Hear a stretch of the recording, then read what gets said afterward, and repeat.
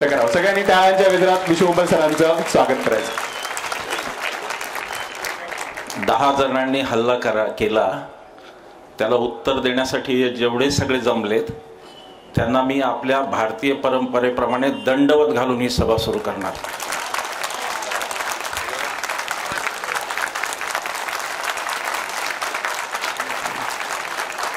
हा दंडवत या समस्त लोकांना आहे ज्यांनी हे ठणकावून सांगितलं की विचार स्वातंत्र्य आम्ही मरू देणार नाही, त्यासाठी तुम्हाला हा दंडवत.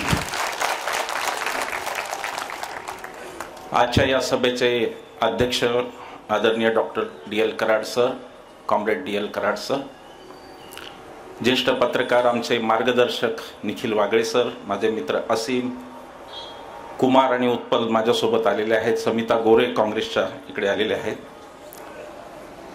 जे माझ्या समोर त्या दिवशी उभे राहिले दत्ताभाऊ वायचळे, छातीचा कोट करून ते माझ्यासमोर उभे होते, मला ती आठवण आहे दत्ताभाऊ. कॉम्रेड हरिभाऊ तांबे, विलासराव पाटील, शिवसेनेचे जयंत दिंडे, सुधाकरराव बडगुजर, शिवसेनेचे सर्व ओरिजिनल शिवसेनेचे सगळे शिवसैनिक, राष्ट्रवादी काँग्रेसचे कोंडाजी मामा आव्हाड आणि राष्ट्रवादीचे सर्व कार्यकर्ते, राष्ट्रवादी ओरिजिनल, काँग्रेसचे जिल्हाध्यक्ष आणि नेते कार्यकर्ते, वंचित बहुजन आघाडी, दोन्ही कम्युनिस्ट पक्षाचा फार मोठा वाटा आजच्या आयोजनात आहे. दोन्ही कम्युनिस्ट पक्ष, वंचित बहुजन आघाडी, आम आदमी पार्टी, रिपब्लिकन पक्ष, या सर्वांचे नेते कार्यकर्ते, 35 संघटना, 36 संघटना, त्यांचे सर्व पदाधिकारी कार्यकर्ते,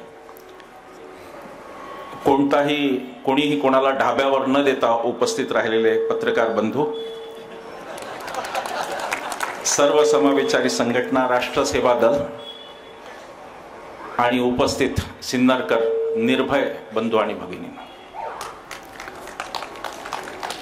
सर्वप्रथम मी तुकाराम महाराजांची जयंती झाली त्यांचं स्मरण करतो, उमाजी नाईक यांचं स्मरण करतो, तानाजी मालुसरे यांचं स्मरण करतो. निखिल सर, मला असं सांगितलं की तानाजी मालुसरेंच्या नावाचा चौक सिन्नरमध्येच येतो, इतर कुठे फार ठिकाणी दिसत नाही. या सिन्नरमध्ये मागच्या 3 तारखेला 3 डिसेंबरला माझ्यावर नव्हता, आपल्या सगळ्यांवर एक वैचारिक हल्ला करण्यात आला. त्यानंतर ही मंडळी उभी राहिली आणि त्यांनी मला सांगितलं की काही झालं तरी तिथे आम्ही शेवटी चहा घेत होतो, जाताना पोलीस पण सोडायला आले होते. चहा घेताना ठरलं की आता याला उत्तर देणारी सभा सिन्नरमध्ये होणार आणि आज ती तुमच्या सगळ्यांच्या साक्षीने होती आहे. हल्ल्याचा मी पोलीसला त्रास दिला नाही, मी पोलीस कंप्लेंट केली नाही, कारण मला त्यात जायचं नव्हतं आपल्याला. पण मी त्या दिवशी देवेंद्र फडणवीसांना फोन केला होता आणि त्यांना सांगितलं होतं की राज्याचे गृहमंत्री म्हणून सांगतोय, भारतीय जनता पक्षाचे नेते म्हणून सांगत नाही, राज्याचे गृहमंत्री तुम्ही पण आमचे लोकसेवक आहात, आमचे लोकसेवक आहेत देवेंद्र फडणवीस, भारतीय जनता पक्षाचे नंतर आहेत, कारण देवेंद्र फडणवीसांचा उपमुख्यमंत्री म्हणून पगार आम्ही करतो, भारतीय जनता पक्षाचे लोक करत नाही. मी देवेंद्र फडणवीसांना फोन करून सांगितलं की तुमच्याकडून मला कोणत्याही कारवाईची अपेक्षा नाही, कारण करणारे तुमचेच आहेत, पण गृहमंत्री म्हणून याची नोंद घ्या की जे घडलं ते वाईट घडलेलं आहे आणि हा हल्ला तुमच्या तालुकाध्यक्षांनी केला याची नोंद करून घ्या. मला कॅमेरामन भाऊ बहिणींना मला विनंती करायची आहे की कृपा करून हा कॅमेरा लोकांवर फिरवा आणि देवेंद्र फडणवीसांना काय उत्तर दिलं सिन्नरनी ते दाखवा, की हे मी असं समजत नाही की कोणी तालुकाध्यक्ष वगैरे दिलेलं उत्तर आहे, हे देवेंद्र फडणवीस यांना सिन्नरने दिलेलं उत्तर आहे, याची देवेंद्र फडणवीसांनी नोंद घ्यावी. मला जर बरं वाटलं असतं, जर कदाचित दुसऱ्या दिवशी तालुकाध्यक्ष बदलला असता तरी मला बरं वाटलं असतं, पण भारतीय जनता पक्षाने सत्तेतल्या मुजोरीच्या सगळ्या पायऱ्या ओलांडल्या आहेत आणि आमचे लोक मारहाण करतील, हल्ले करतील, तुमच्यावरचे माईस खिसकावून घेतील, तरी त्यांच्या नखालाही धक्का लागणार नाही याची व्यवस्था देवेंद्र फडणवीसांनी केली. आजची सभा आहे, मी समजतो की हे देवेंद्र फडणवीसांना उत्तर आहे असं मी समजतो. काय कारण होतं हल्ल्याचं, मी काय म्हणालो होतो, माझं भाषण कोणी ऐका. दत्ताभाऊंनी सांगितलं या आयुष्यात माझा एक कोणीतरी त्या हल्लेखोरांनी एक दाखवून द्यावा व्हिडिओ ज्याच्यामध्ये मी हिंदू धर्माबद्दल आणि आमच्या देवतांबद्दल वाईट बोललो, एक व्हिडिओ दाखवून द्या, सार्वजनिक आयुष्यातून निवृत्त होईल मी. एक व्हिडिओ माझा दाखवून द्या. काय म्हणालो मी त्या दिवशी, मी त्या दिवशी जेव्हा म्हणालो की मी पण हिंदू आहे, मी चांगला हिंदू आहे, रामनवमीला मी पण रामाच्या मंदिरात जातो, रामनवमीला मी पण सुंठवडा खातो, रामाची आरती, रामाचा पाळणा सगळं करतो, पण मला हिंदू म्हणून डीजेची गरज वाटत नाही असं मी म्हणालो. कारण आमचा हिंदू धर्म डीजेवर अवलंबून नाही, आवाजावर, गोंगाटावर अवलंबून नाही. एवढंच मी म्हणालो तर हल्लादार. मी त्या हल्लेखोरांना सांगू इच्छितो, तुमचं नशीब चांगलं की मला त्या दिवशी सुचलं नाही. मला जर ते वेळेत सुचलं असतं आणि मी फक्त एवढं जरी म्हणालो असतो की चला सभा तर मी बंद करतो, भाषण मला करायचंच नाही तुमच्या समोर, पण आता एवढी सगळी माणसं जमलीत तर चला आपण रामरक्षा म्हणू, तर तुमच्यापैकी किती जणांना रामरक्षा आली असती मला माहिती नाही. असे तुम्ही रामभक्त, ज्यांना रामरक्षा येत नाही असे रामभक्त. हनुमान चालिसाचं ते एक त्या बाई करतात खासदार तिकडच्या, हनुमान चालिसा, हनुमान चालिसा. महाराष्ट्रात आहे ना रामरक्षा आहे, भीमरूपी आमचे आहेत ना, कशासाठी पाहिजे आम्हाला? पण ते चालू आहे. मी हिंदू आहे, मी भारतीय जनता पक्षाच्या कोणत्याही नेत्यापेक्षा चांगला हिंदू आहे, कारण मी वेद आणि उपनिषद वाचलेला हिंदू आहे. मी अशा घरात जन्माला आलो, माझे वडील काँग्रेसचे अजन्म सदस्य होते. माझे वडील आंघोळीनंतर 18 अध्याय गीता मुखोद्गत दररोज म्हणायचे. भारतीय जनता पक्षाच्या लोकांना किती अध्याय गीता आहे ते जरा विचारा एकदा, हे हिंदू आहेत म्हणे. आणि या देशात हिंदूंचा जो धर्मग्रंथ भगवद्गीता, त्याच्यावर भारतीय जनता पक्ष आणि संघाच्या एकाने एक छोटी पुस्तिकाही काढली नाही. त्याच्यावर गांधीजींनी लिहिलं, विनोबांनी लिहिलं, त्याच्यावर सगळ्या सेक्युलर लोकांनी लिहिलं. तुम्ही सांगता आम्ही हिंदू? तुम्ही जर हिंदू असाल तर तुम्ही नथुरामाचे हिंदू आहात, आम्ही रामाचे हिंदू आहोत. मला त्यांना इथून ठणकावून सांगायचं आहे की हिंदू माझा धर्म आहे आणि मी त्या सतरंजीवर बसलेलो आहे. मला हिंदू नाही म्हणून उठवण्याचा प्रयत्न कराल तर तुम्ही किती वाईट हिंदू आहेत हेच मी रोज लोकांना सांगेन. तुम्ही किती वाईट हिंदू आहे त्याचं दुसरं उदाहरण द्यायची गरज नाही. राम सत्यवचनी होते. तुमचा एक तरी नेता कधी खरं बोलतो का बघा आणि मग सांगा हिंदू आम्ही सांगा.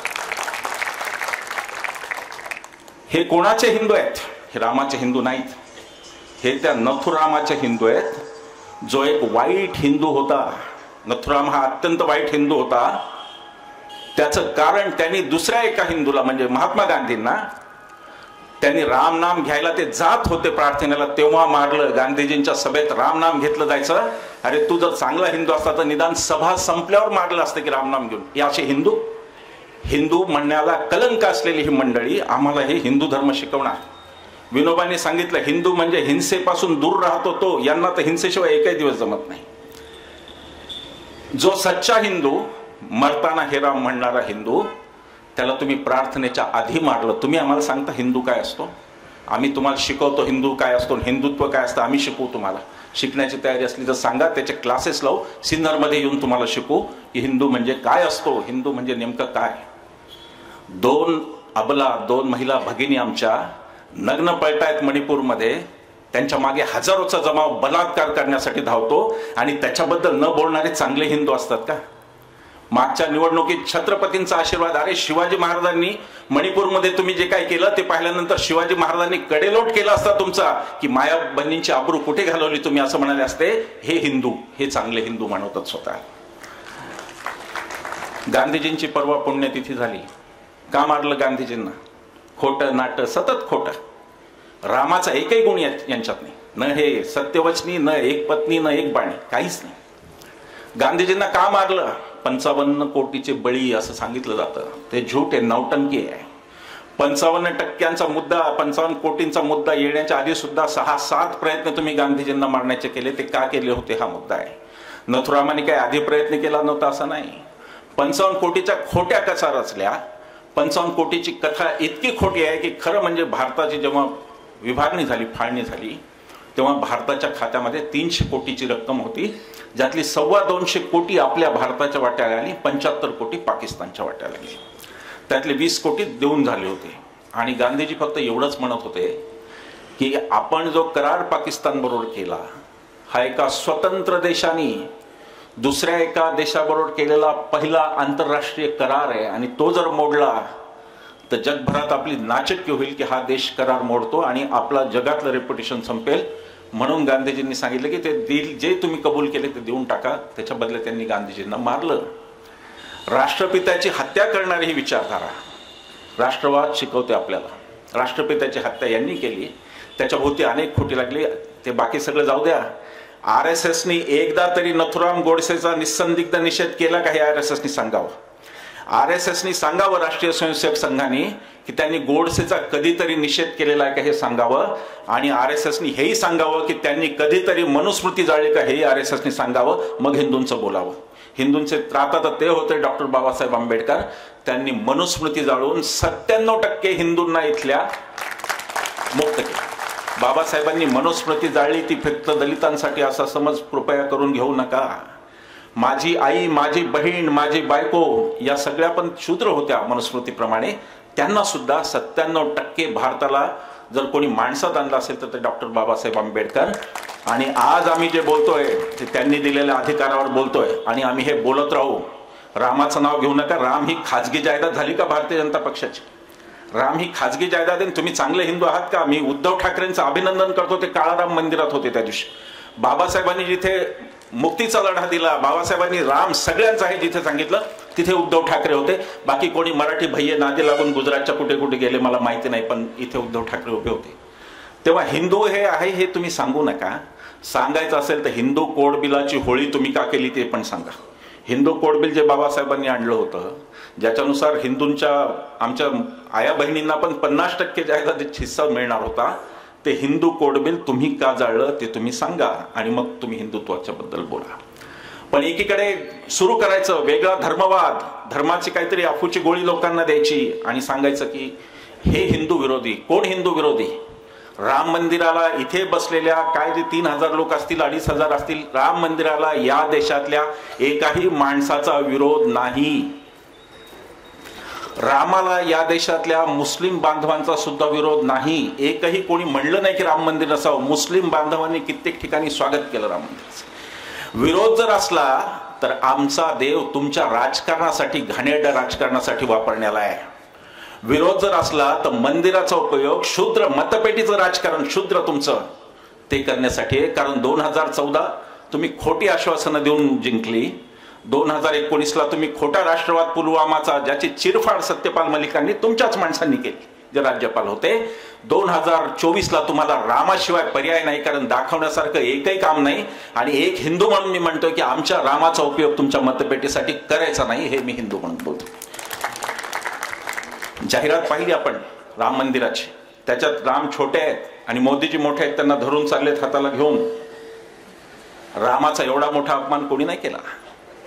दुसऱ्या एका जाहिरातीत रामलल्ला आपले जो त्रिभुवनातला राम आहे, त्रिभुवन कीर्तीचा राम आहे, त्याला मोदीजी म्हणे घर देत आहेत.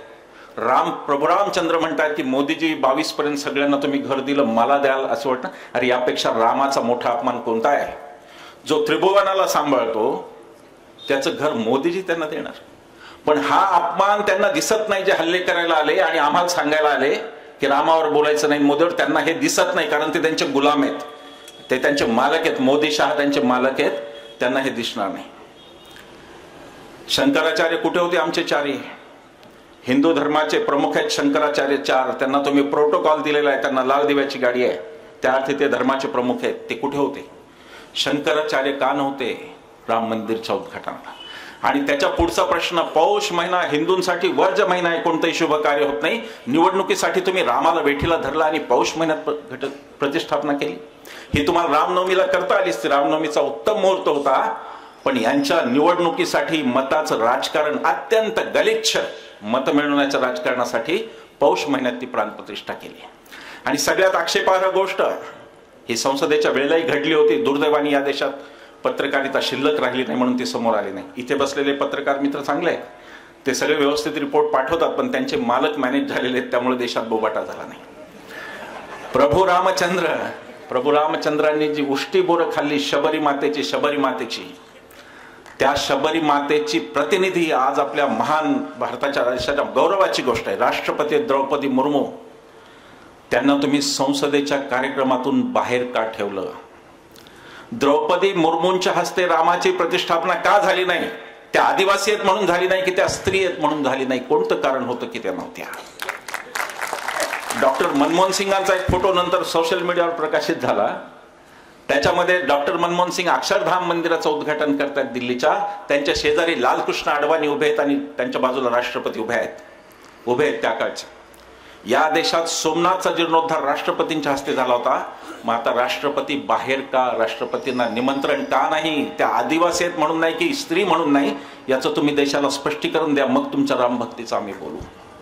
एकटेच येतात. त्या दिवशी आपण पाहिलं रामलल्ला किती सेकंद दाखवले मला माहित नाही मीडियाने. मोदीजी मात्र ते एकटे कुठे फिरतात मला अजून कळले नाही. आणि आम्ही मोदींवर बोलणार, ते आमचे लोकसेवक आहेत, तुम्ही काही म्हणा, त्यांनीच सांगितलं मी तुमचा सेवक आहे, आम्ही सेवकांवर बोलणार. जनता मालक आहे, मोदी शहा भाडेकरू आहेत, 5 वर्षासाठी भाड्याने घर दिलंय, जनतेला वाटलं तर भाडेकरूला हाकलून दे, आम्ही मोदींवर बोलणार. या देशाच्या पंतप्रधानांवर टीका करण्याचा सगळा हक्क आमचा राखू नये, कारण आमच्या मतावर ते पंतप्रधान होतात आणि म्हणून तो हक्क राखू नये. आणि आज मोदींवर जास्त बोलणार. जर आव्हान असेल की पंतप्रधानांवर बोलायचं नाही तर कान उघडून ऐका, आज सगळं मोदींवरच बोलणार, दुसऱ्या कोणावर काहीच बोलणार नाही. चला पुढे बोला. एकटे कुठे फिरतात माहित नाही, कॉरिडॉर मध्ये एकटेच असतात, ते सगळा माईक एकट्यावरच असतो. ते रामलल्ला काही सेकंद दाखवले की मोदीजी इकडून कुठे जातात मलाही माहिती, एकटे कुठे जातात मला माहिती. मला आजपर्यंत कळलेलं नाही. यांचं जे विमान असतं ते VIP त्या याला लावलेलं असतं आणि त्याच्यासमोर काहीच नसतं, विमानतळाची भिंत असते. ते हात कोणाला दाखवतात विमानात चढताना तेही मला अजून नाही कळलं. कोणाला हात दाखवतात? काय प्रचंड व्यक्तिवाद, सगळीकडे मीच, जिथे तिथे मीच. चांद्रयान उडालं, वर गेलं, शास्त्रज्ञांनी, इस्रोच्या लोकांची कमाल, आपल्या शास्त्रज्ञांची. चांद्रयान उडाल्यानंतर चांद्रयानाचा जो प्रमुख होता इस्रोचा, त्याला मोदीजींनी फक्त 21 सेकंद आणि 32 शब्द बोलू दिलं, लगेच हे हजर तिथे. क्रिकेटचा सामना मीच, चांद्रयान उडालं मीच, देशात काही घडलं की तिथे मीच. अत्यंत घाणेरडा ओंगाळवाणा प्रकारचा व्यक्तिवाद हा मोदींनी या देशात आणला. अरे या देशात अशी माणसं होती सरदार पटेलांसारखी जी सर्वोच्च पदावर होती, पण त्यांचं ध्येय वेगळं होतं. मला सरदार पटेलांचा तो किस्सा सांगायचा आहे. इंग्रजांनी जेव्हा आपल्या सत्याग्रहींमध्ये फाटाफूट करण्याची एक नीती अवलंबली, जेव्हा ती फाटाफुटीची नीती अवलंबली, धन्यवाद, तेव्हा त्यांनी असं केलं की जातीभेद वाढवायचा म्हणून जातीनुसार इंग्रज काम द्यायला लागले जेलमधल्या आपल्या सत्याग्रहींना. आणि मग ते म्हणायला लागले की तू ब्राह्मण आहेस तर तू पोलिसांची मदत कर, तू दलित आहेस तर तू पायखाना साफ कर. आणि गांधीजींनी ठरवलं की हा क्रम वेगळा करायचा, उलटा करायचा. जो तथाकथित सवर्ण असतो, सगळ्यात वरच्या जातीचा तथाकथित, त्याला सगळ्यात हलकं काम, तथाकथित हलकं काम द्यायला लागायचं. आणि म्हणून मग शौचालय साफ करण्याची जिम्मेदारी ही जो सत्याग्रही ब्राह्मण त्याच्याकडे देण्यात आली. त्याच्यावर सरदार पटेलांनी एक फार सुंदर पत्र लिहिलं जवाहरलाल नेहरू, महात्मा गांधींना. सरदार म्हणतात की बापू, मैं जब जब भी जेल जाता हूं तो आपका ये बामण, म्हणजे महादेव भाई देसाई, ये भी मेरे साथ में आता है और इसलिए मुझे पैखाना साफ करने का अवसर नहीं मिलता. या देशातल्या सर्वोच्च माणसाची महत्वाकांक्षा मी साफसफाई करावी ही आहे.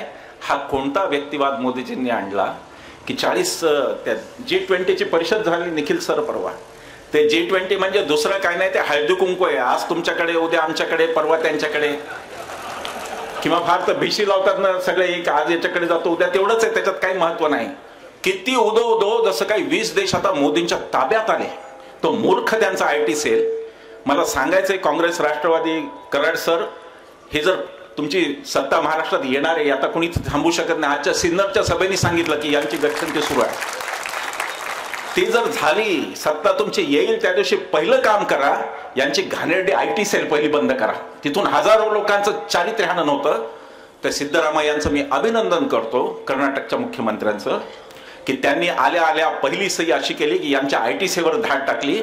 हजारो फोटो, विकृत फोटो, बायकांबरोबरचे नेत्यांचे फोटो, खोटे फोटो जप्त केले आणि त्यांचा जो मुख्य होता अमित मालवीय त्याच्यावर सुद्धा FIR टाकली. राज्य सरकार हे करू शकतात, हे जरूर करा.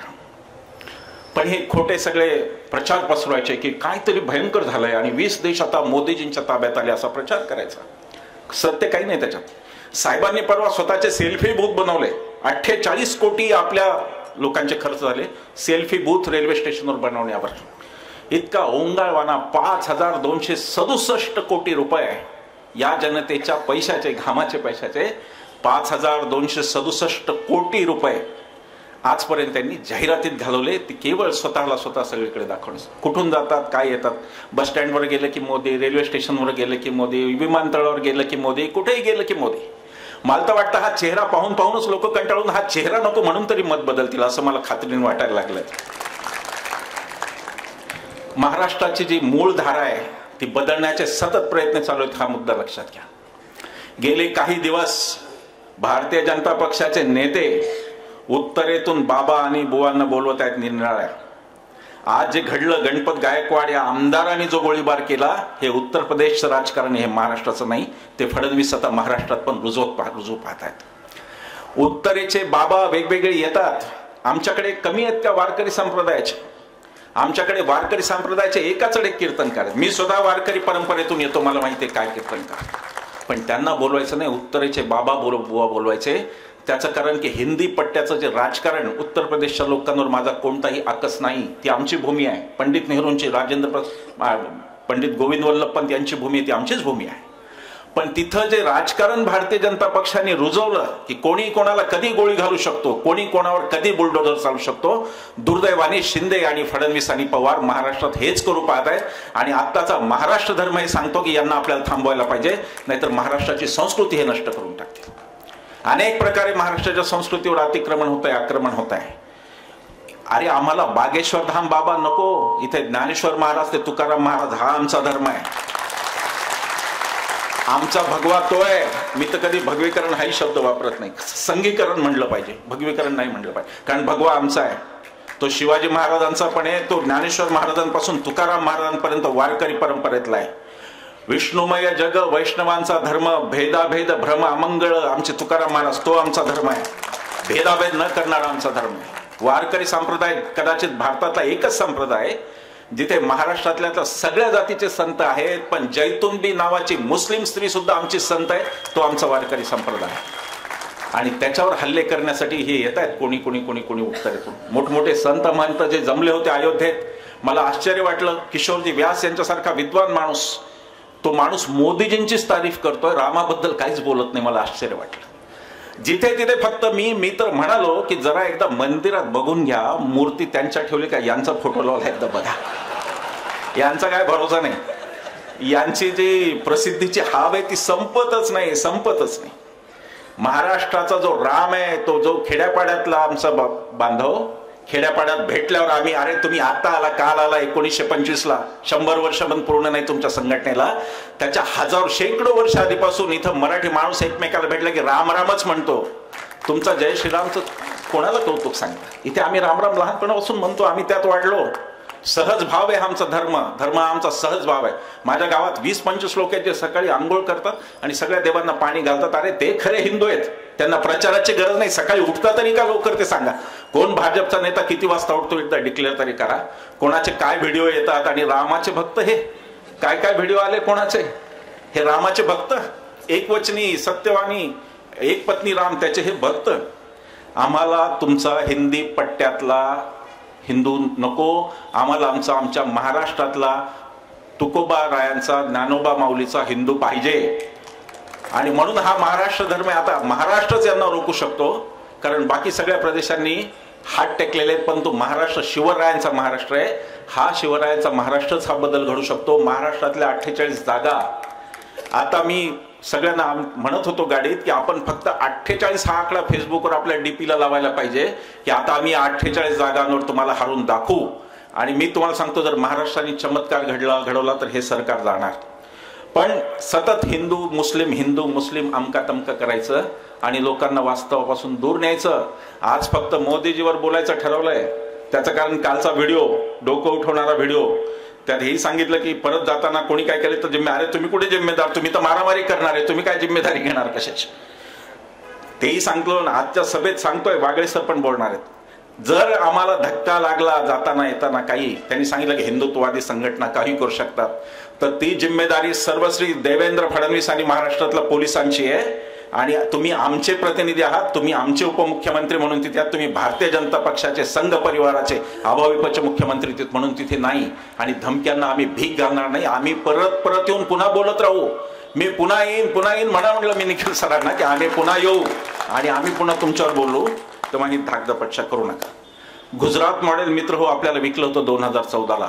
त्या गुजरात मॉडेलचं सच मी आता थोडा आर्थिक गोष्टींकडे येतो, कारण ते असेमनी बोलून झालं की सगळीकडे राष्ट्रवाद, तिरंगा मोहीम, घर घर तिरंगा हर घर. अरे तुम्हाला काल कळला, माझ्याकडे 42 पासून माझे वडील स्वातंत्र्य सैनिक होते. इथे बसलेल्या सगळ्यांचे पूर्वज स्वातंत्र्य आंदोलनात लढलेत आणि आमच्या घरी तिरंगा 42 पासून आहे. तुमच्याकडे आज आला, तुम्हाला त्याचं आत्ता वाटतंय. राष्ट्रीय स्वयंसेवक संघाच्या नागपूरच्या मुख्यालयावर तिरंगा पहिल्यांदा 55 वर्ष फडकला नव्हता देश स्वतंत्र झाल्यावर. तो आत्ता 2002ला फडकला ना. आत्ता आम्हाला कौतुक सांगायचं हर घर तिरंगा घर घर. आम्हाला माहिती आहे तिरंगा तुमच्यापेक्षा जास्त चांगला कळतो, तो आमच्या जास्त मनात आहे, आम्हाला त्याच्या प्रदर्शनाची गरज वाटत नाही.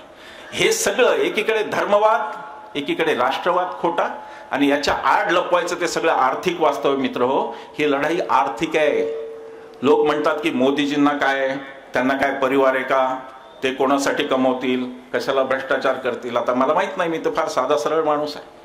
पण एक व्हॉट्सअप आपल्याला खूप शिकवतं आजकाल.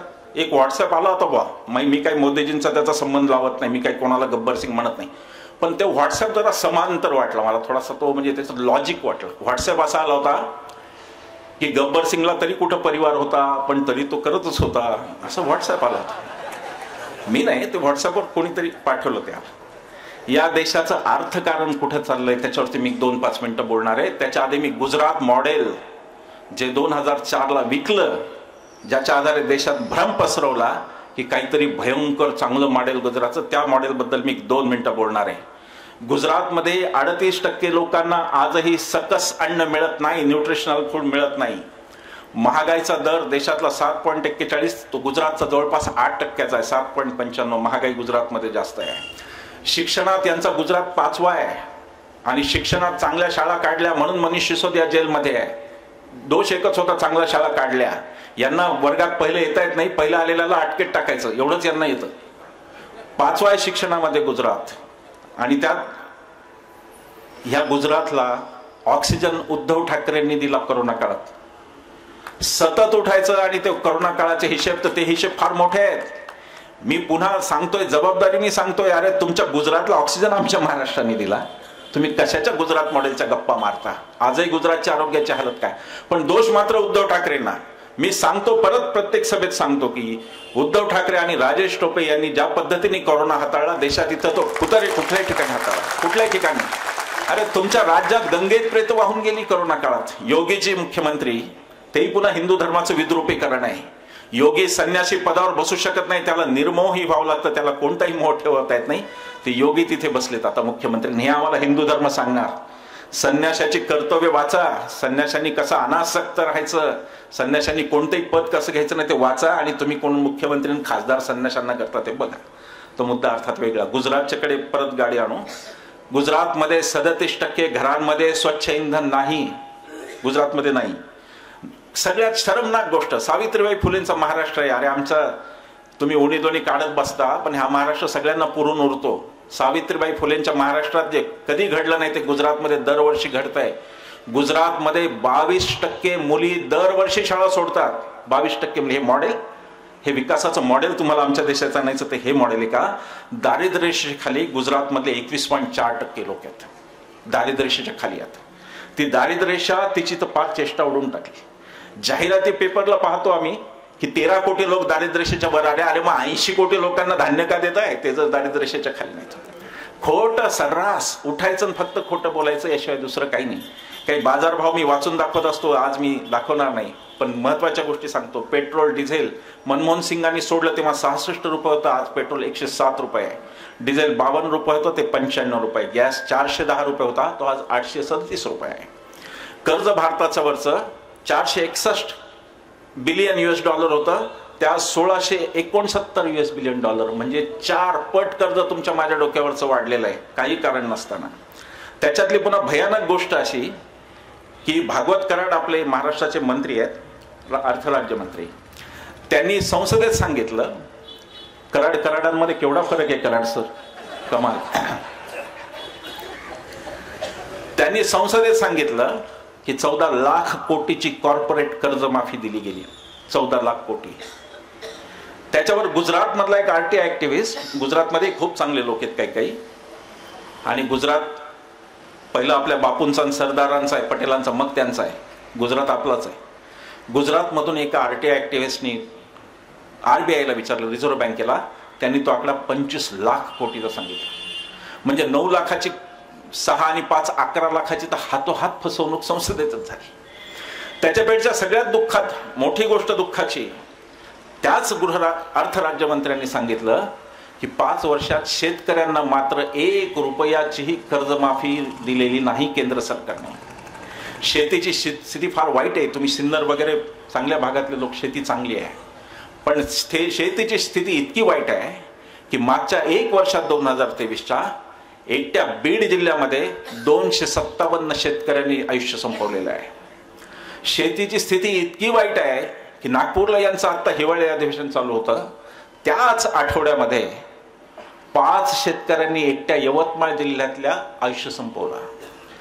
कांद्याचा प्रश्न असो, ऊसाचा प्रश्न असो, टोमॅटोचा प्रश्न असो, सोयाबीन, आज विदर्भ मराठवाडा सोयाबीनवर आहे. 10,000चं सोयाबीन आज 4300 रुपयावर यांनी आणलं. सतत शेतीमालाच्या भावाशी खेळायचं, शेतकरी उद्ध्वस्त करायचा. आणि म्हणून मी वागळे सर तुमच्या उपस्थित, कराड सर, असीमच्या उपस्थित अनेकदा सांगितलं, पण तुमच्या दोघांच्याही उपस्थितीत सांगतो की 2024 साली मोदी शहा निवडून येणार नाहीत, कारण त्यांचा शेतकरी पराभव करणार आहेत. या 10 वर्षात जर सगळ्यात फटका कोणाला बसला तो शेतकरी आणि कामगारांना बसला. कराड सर इथे असताना मी कामगार कायद्यांचं काय बोलू, कामगारांना देशोधडीला लावणारे किती कायदे कोणी केले, कराड सर उपस्थित आहेत. माझा तो अधिकार नाही ते असताना बोलायचा. कामगारांना देशोधडीला लावलं, शेतकऱ्याला देशोधडीला लावलं. शहरी आणि व्हॉट्सअपमध्ये गुंतलेला समाज यांचा पराभव करणार नाही. हा जो 10 वर्ष फटका खाल्लेला माणूस आहे, शेतकरी आहे, कष्टकरी आहे, तो यांचा पराभव करणार आहे. त्यांच्या भरोशावर मी म्हणतो की मोदी शहा निवडून येणार नाही 24ला. स्थिती काही यांची फार फेवरची नाही, हे सांगत राहोत. वेळ मिळाला तर त्याच्याकडे पण येऊ. पण ज्या पद्धतीने बोललं जातं, ज्या पद्धतीने सांगितलं जातं, 2 मिनिटं फक्त यांच्या भ्रष्टाचारावर बोलतो. यांचा सगळ्यात मोठा भ्रष्टाचार नोटाबंदीचा होता. लोकांना वाटलं चूक झाली, काहींना वाटलं की एखादा निर्णय चुकतो. आठवतंय तुम्हाला, रात्री 8ला ते आले, आज रात 12 बजे के बाद. ती तर इतकी हौस आहे, बाप रे बाप. कोरोना काळात काही कारण नव्हतं. बांगलादेशच्या शेख हसीना यांनी सुद्धा लोकांना 3 दिवसाची मुदत दिली होती, ज्याला दिसं जायचं यांना हिरोगिरी करायची दरवेळेला. आणि मग आज रात देश बंद होगा, आज रात काहीतरी घडणार, हे सांगण्याची भयंकर हौस. आपण जबाबदार आहोत, आपण पंतप्रधान आहोत. अरे या देशाने काय पंतप्रधान पाहिले, मी पहिल्या सगळ्यांचे सांगत बसत नाही, फार वेळ जाईल. पण डॉक्टर मनमोहन सिंग, त्या माणसाने 6 कायदे देशात आणले. सामान्य माणूस, शेतकरी, कष्टकरी याचं आयुष्य बदलणारे सगळ्यात परिणामकारक कायदे डॉक्टर मनमोहन सिंगांच्या काळात आले. देशात कोणी उपाशी राहू नये म्हणून अन्न सुरक्षा योजना मनमोहन सिंग. भूमी अधिग्रहण कायदा शेतकऱ्याला 4 पट मोबदला देणारा मनमोहन सिंग. RTI माहितीचा अधिकार Manmohan Singh. Right to education शिक्षणाचा अधिकार मनमोहन सिंग. आदिवासींना वनाधिकार मनमोहन सिंग. मनरेगा कष्टाला हाताला काम देणारी मनमोहन सिंग. या देशाची बौद्धिक पातळी इतकी खालावलेली आहे की केम्ब्रिज विद्यापीठातून शिकून आलेल्या एवढ्या गोष्टी करणाऱ्याला हा माणूस मौनी बाबा म्हणतो हा देश. आणि ज्याच्या डिग्रीचा पत्ता नाही त्याला विश्वगुरु म्हणतो. हा देश डिग्री, स्वातंत्र्य आंदोलनात ही माणसं परत आली. गांधीजी परत आले, पटेल परत आले, आंबेडकर, बाबासाहेबांच्या तर डिग्र्या किती मोजायची दमछाक होईल माणसाची. नेहरू बॅरिस्टर होते, गांधी बॅरिस्टर, पटेल बॅरिस्टर, आणि या सगळ्यांच्या पदव्या खऱ्या होत्या. तरी ही मंडळी इथे आली आणि त्यांनी या देशात इतिहास घडवला. यांच्या डिग्रीचा पत्ता नाही. नोटाबंदी हे षडयंत्र होतं मित्र हो. नोटाबंदीत 20% कमिशन कोणत्या पक्षांनी घेतलं आणि पैसे सगळ्यांचे व्हाईट झाले. सिन्नरमध्ये, नाशिकमध्ये नोटाबंदीत एका श्रीमंतांनी आत्महत्या केली का असेल तर मला सांगा, मी भाषण बंद करीन. एकाही श्रीमंतांनी महाराष्ट्र नाही देशात आत्महत्या केली नाही. कारण ती जी यंत्रणा होती, जी 20% कमिशन घेऊन करत होती, ती कोणत्या पक्षाची होती याचं उत्तर द्या. आणि नंतर त्या पक्षाची सगळ्या जिल्ह्याच्या ठिकाणी मोठमोठी कार्यालय कशी झाली त्याचं उत्तर द्या. 20% कमिशन हा नोटाबंदी हा मोठा घोटाळा आहे देशातला. दुर्दैवाने त्याच्यावर कोणी बोलत नाही. दुसरा घोटाळा PM केअर फंड, पंतप्रधान सहायता निधी बाजूला टाकला. तो RTI मध्ये होता, तो लीगल होता. आता PM केअर फंड RTI मध्ये नाही. PM केअर फंडला कोणताही नियम लागू नाही. त्याचे ट्रस्टी कोण, त्याचा हिशेब कोणाला काही माहिती नाही. त्या PM केअर फंडात एकट्या आपल्या सरकारी कंपन्या, नेहरूंच्या कंपन्या विकतच जगतात. शेवटी काहीच पुरत नाही. एवढा GST कलेक्शन, तेच सांगतात विक्रमी कलेक्शन, असं तसं जाहिरात. मग पैसा कुठे का पुरत नाही? नेहरूच्या एक संस्था विकायला का काढल्यात कंपन्या? एखाद्या दिवाळखोर पोरांनी करावं तसा कारभार चाललाय. ते शेवटी घरातले देव पण विकतो, तो तसंच चाललाय. नेहरूंच्या नावाने खडे फोडायचे, कंपन्या मात्र नेहरूच्याच विकून चालली आहे गुजरात. नेहरू तर काय म्हणजे तर व्हॉट्सअप भक्त काय, बापरे बाप. नेहरू तर सगळ्यात, मी त्याच्यावर थोडा वेळ मिळाला कारण आपल्याला सगळ्यांना निखिल सरांना ऐकायचं म्हणून मी आज काही फार बोलणार नाही. पण नेहरूंनी परवा 1-2 वर्षाखाली एक सभा अशीच होती, प्रश्नोत्तर होती, त्याच्यानंतर तुमच्या ठाण्यामध्येच होती पोखरकरची. आणि तिथे एक विद्वान उभे राहिले म्हणजे नेहरूंचं असं तसं तुम्ही काय बोलता ते असं तसं. मी म्हटलं साहेब आपण कुठे शिकलात? ते म्हणले मी IITतून शिकलो. म्हटलं मग ती नेहरूंनीच केली, ते काय मोदींनी नाही केली, IIT नेहरूंनी केली. भ्रष्टाचार सगळ्यात जास्त करणारं भारतातलं सरकार हे मोदीजींचं सरकार आहे. आणि महाराष्ट्रातलं सगळ्यात जास्त भ्रष्टाचार हे शिंदे फडणवीस पवारांचं सरकार आहे सध्याचं, हे लक्षात घ्या. पण आता भ्रष्टाचार बाहेरच येत नाही, कारण तो अदानी मार्फत केला जातो. खाजगीकरण, उदारीकरण, कराड सरे लढले तेव्हा सगळे समाजवादी लढले. जागतिकीकरणापेक्षा भयानक गोष्ट मोदींनी आणली, त्यांनी आपल्या इकॉनॉमीचं अदानीकरण करून टाकलं. सगळ्या गोष्टी, माझ्याकडे तपशील आहेत पण मला वागळे सरांचं भाषण मलाही ऐकायचं म्हणून मी जास्त तपशिलात जात नाही. भाजपाला इलेक्टोरल बॉन्ड्स मोठा घोटाळा, इलेक्टोरल बॉन्ड्स फार मोठा घोटाळा. राजकीय पक्ष का लक्ष देत नाहीत मला कळत नाही. इलेक्टोरल बॉन्ड म्हणजे कंपन्यांनी द्यायचे पैसे, त्याचं नाव घोषित करायची गरज नाही. कोणत्या पक्षाला द्यायचे त्यांनी ठरवायचं. भारतीय जनता पक्षाला 5,270 कोटी रुपये मिळालेत इलेक्टोरल बॉन्ड मधून. तोच पैसा येतो इथे, जे म्हणतात ना भाजपाकडे पैसाच पैसा आहे, सुखात आहेत सगळे, तो इथला तो हा पैसा आहे. कोविड काळामध्ये 40,000 कोटीचा घोटाळा केला, तो मी बाहेर काढीन असं बसवराज यत्नाळ नावाचे भाजपचेच आमदार सगळीकडे सांगत फिरतायत. आणि म्हणे मोदीजींना काय आहे, ते कशासाठी भ्रष्टाचार करतील. मोदीजींची घोषणा होती न खाऊंगा न खाने दूंगा. त्याच्या पुढे घोषणा होती ती तुम्हाला लक्षात आली नाही, न खाऊंगा न खाने दूंगा, खाने वाले हर एक को भाजपा में लाऊंगा, अशी ती घोषणा. 70,000 कोटीचा घोटाळा अजितदादांवर तुम्ही आज आरोप करता. सत्यप्रिय रामाचे हे बंदे चेले प्रभू रामचंद्राचं नाव घेतात सत्यप्रिय असण्याचे, सत्यवचनीयत म्हणे. हे 70,000 कोटीचा घोटाळा करतात, चौथ्या दिवशी अजितदादा मंत्रिमंडळात दिसतात. ही कोणती शिक्षा आहे? प्रत्येक घोटाळेबाजाला ही शिक्षा आवडेल? हजारो कोटी खा आणि मंत्रिमंडळात जा, किती छान शिक्षा आहे. ईडी, मी आता आसिम बोललाय, थोडं मी जास्त बोलणार नाही. देशमुखांची केस मी खूपदा सांगितली. संजय राऊतांची केस काय आहे? अनिल देशमुखांची केस मी खूप त्याचे व्हिडिओ उपलब्ध. राऊतांची केस अशी आहे की 50 लाख भावाकडून उसने घेतले होते. ते 50 लाख राज्यसभेच्या प्रत्येक त्यांच्या अफिडेव्हिट मध्ये दाखवलेले आहेत. ते 50 लाख परत पण केले, मनी लॉन्ड्रिंग म्हणून त्यांना अटक केली. कोर्टाने सांगितलं, हायकोर्टने, की अटकच चुकीची आहे मुळात, हे सांगितलं. जमानतीचा विषय पुढचा राहतो. संजय राऊतांना छळलं, देशमुखांना छळलं. देशमुखांच्या केसमध्ये 100 कोटीचा दावा लावला, शेवटी 1.71 कोटीचा भ्रष्टाचार म्हणाले आणि एकही पुरावा नाही. कोर्टात सांगितलं की हिअर से, म्हणजे सांगोवांगी आम्ही लावलेली चार्जशीट आहे. हे सरकार, हे ईडी. ईडी कोणाच्या इशाऱ्यावर चालतंय? उद्या ज्याची सत्ता येईल त्याला ईडीचे पहिले 25 अधिक घरी पाठवावे लागतील, सस्पेंड करावे लागतील, त्याशिवाय ही ईडी सुधारणार नाही. हे कोणाच्या इशाऱ्यावर काम करतात? ईडी कोणाचा पगार घेते? आमचा पगार घेते. नोकरी भाजपाची करते. ईडी नोकर मोदी शहांची नाही, भारतीय जनतेची यंत्रणा आहे ईडी. पण ती ईडी पूर्णतः तिचं विद्रुपीकरण झालं आणि आज ती विरोधी पक्षनेत्यांनी, मगाशी आसिमनी सांगितलं, तो रेट त्यांनी सांगितला कन्व्हिक्शनचा. याचा अर्थ 200 माणसांना जर जेलमध्ये घातलं तर त्यातले पैकी एकाचा गुन्हा हे सिद्ध करतात, असं त्यांचं रेकॉर्ड आहे ईडीचं. आणि ते ईडी सगळीकडे आता वरही लागली. नितीश कुमारला ईडीचा धाक, ममता बॅनर्जीला धाक, जाणारे जातील. महाराष्ट्रातूनही काही पळपुटे गेले ईडीला घेऊन, पण बाकीचे खंबीरपणे उभे आहेत. त्यात अनिल देशमुख आहेत, त्यात संजय राऊत आहेत. हे माणसं उभी आहेत आज. या माणसाच्या हिमतीला दाद दिली पाहिजे की जेलमध्ये जाऊन पण पुन्हा ती आज माणसं सरकारवर बोलत आहेत. या माणसांना दाद दिली पाहिजे. आम्ही ईडीच्या विरुद्ध आंदोलन करणार होतो 9 ऑगस्टला, ऑगस्ट क्रांती दिनाला. ईडीने अर्ध्या तासात आमचे उत्पल, ते अर्ज घेऊन गेले पोलीस स्टेशनला, उत्पल आमचं, त्यांनी अर्ध्या तासात आम्हाला परवानगी नाकारली. कशासाठी ईडीला पाठीशी घालताय महाराष्ट्र पोलीस?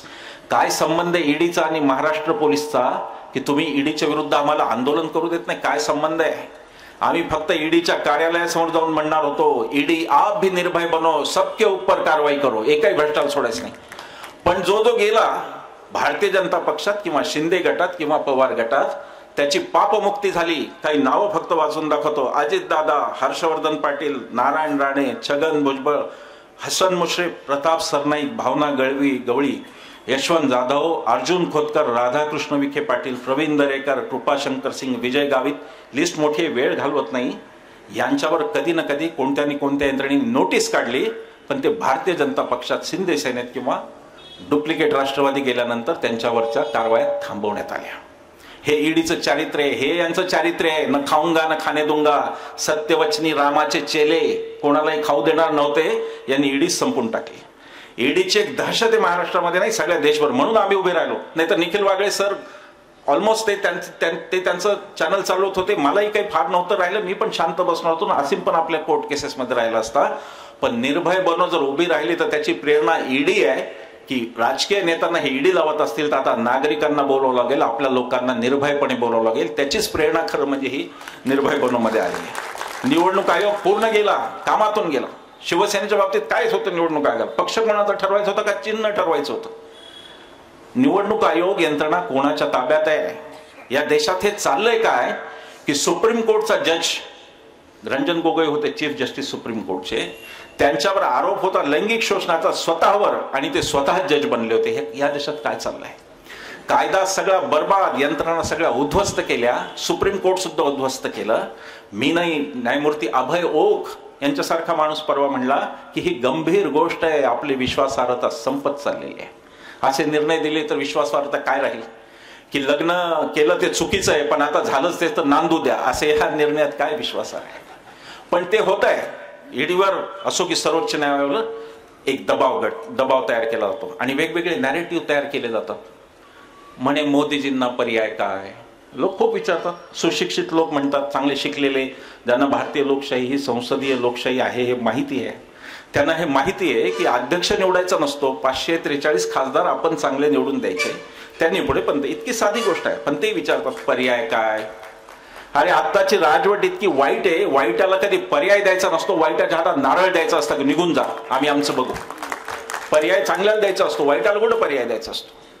या देशाची जनता आणि उद्धटपणा असा आहे की 140 कोटीच्या जनतेत म्हणे पर्याय नाही, एकच माणूस शिल्लक आहे.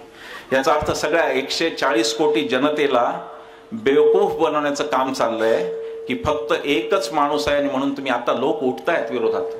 महाराष्ट्रात अनेक ठिकाणी मोदी रथ जिथे जिथे गेला, सगळीकडे आपली भावंड शेतकरी आपले उठून विचारतात की अरे मोदी सरकार नाही, भारत सरकार म्हण, हे सांगतायत त्या अधिकाऱ्यांना. अधिकाऱ्यांवर हल्ले होत आहेत, हल्ले कोणी करू नये. यंत्रणेवरचा हल्ला मला कोणताही मान्य नाही, तो करू नये. ईडीवर परवा हल्ला झाला पश्चिम बंगालमध्ये, वाईट घटना आहे, पण ईडीने स्वतःची इज्जत इथपर्यंत का आणून ठेवली हा मुद्दा आहे.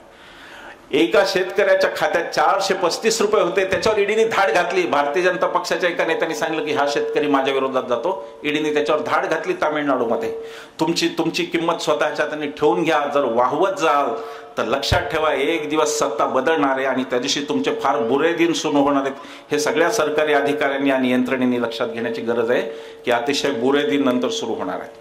पण वेगवेगळे नॅरेटिव्ह तयार करायचे हे काही खरं नाही मित्र. आजची स्थिती अशी नाही. विरोधी पक्षांनी गाफील राहू नये, पण विरोधी पक्षांनी हतबल पण होऊ नये, अशी स्थिती आजची नाही आहे.